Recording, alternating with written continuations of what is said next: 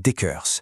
Un nom qui, comme ça, ne dit peut-être pas grand-chose. Et pourtant, c'est l'entreprise qui tire les ficelles derrière deux des plus grandes marques de chaussures de la planète, les iconiques bottes UGG et les baskets Hoka, qu'on voit absolument partout. La vraie question, c'est comment une seule et même société peut maîtriser à la fois le confort ultime et la performance la plus pointue. Voilà exactement le sujet qui nous intéresse. Comment est-ce que Deckers a réussi à transformer Hoka en un phénomène mondial pour ensuite voir les marchés se mettre à douter? C'est l'histoire d'un succès qui a tout l'air d'être phénoménal, oui, mais peut-être un peu fragile. Pour bien comprendre ce qui se passe aujourd'hui, il faut faire un petit retour en arrière et regarder l'ampleur du succès. L'année fiscale 2025, eh bien, elle a été tout simplement stratosphérique pour Deckers. Et tout ça grâce à ces deux marques stars. On parle de près de 5 milliards de dollars de revenus. Avec une croissance de 16% en une seule année, c'est un rythme qui est juste exceptionnel pour une entreprise de cette envergure. Ça montre vraiment à quel point leurs produits ont séduit tout le monde. Et le vrai moteur de cette croissance, c'est Hoka.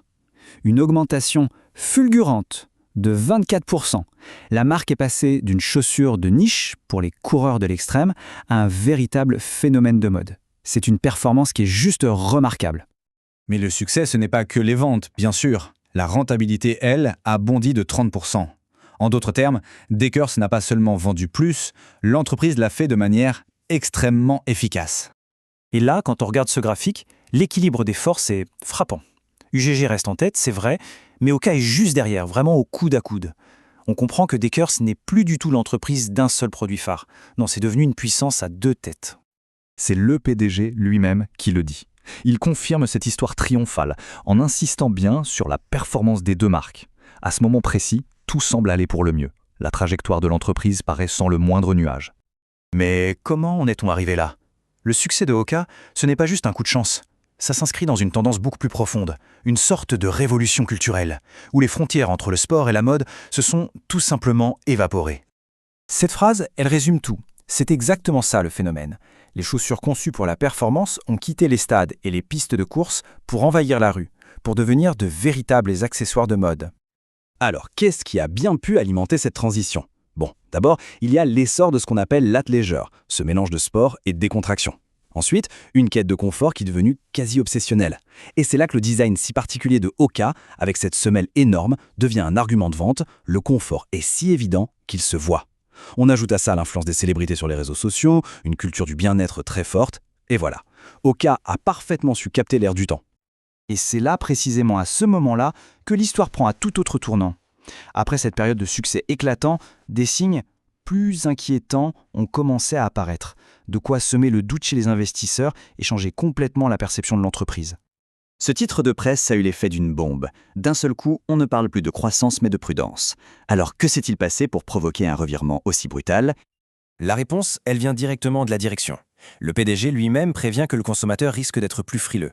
Il cite les tarifs douaniers, l'inflation, et s'il y a bien une chose que les marchés détestent par-dessus tout, c'est l'incertitude. La réaction ne s'est pas fait attendre, et elle a été brutale. Une chute de 53% du cours de l'action en un an. Ce chiffre, il est terrible. Il montre à quel point la confiance des investisseurs s'est complètement évaporée. On est passé de l'euphorie à l'inquiétude la plus totale. Toute cette situation nous amène à un débat très classique en finance. L'affrontement entre les optimistes, qu'on appelle les bulls, et les pessimistes, les bears. Et chacun a des arguments vraiment solides pour défendre sa vision de l'avenir de Deckers.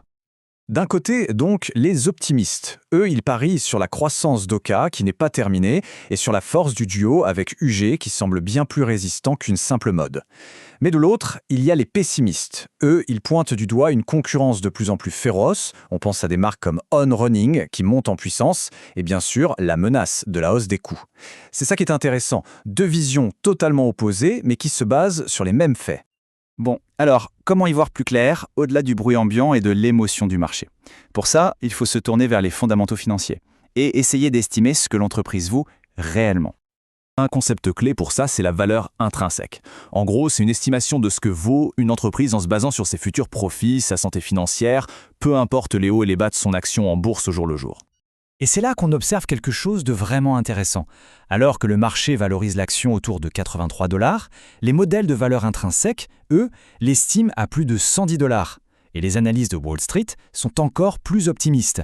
Il y a donc un vrai décalage entre la perception du marché, qui est souvent guidée par la peur, et l'analyse plus fondamentale, plus froide. Tout ça nous laisse avec une question finale. Decker se trouve au cœur d'une tension. D'un côté, la puissance d'une tendance de fond, une vague culturelle portée par Hoka et UG. De l'autre, les vents contraires d'une économie pleine d'incertitudes. Alors, laquelle de ces deux forces va l'emporter? La réponse, eh bien, elle écrira le prochain chapitre de cette histoire captivante.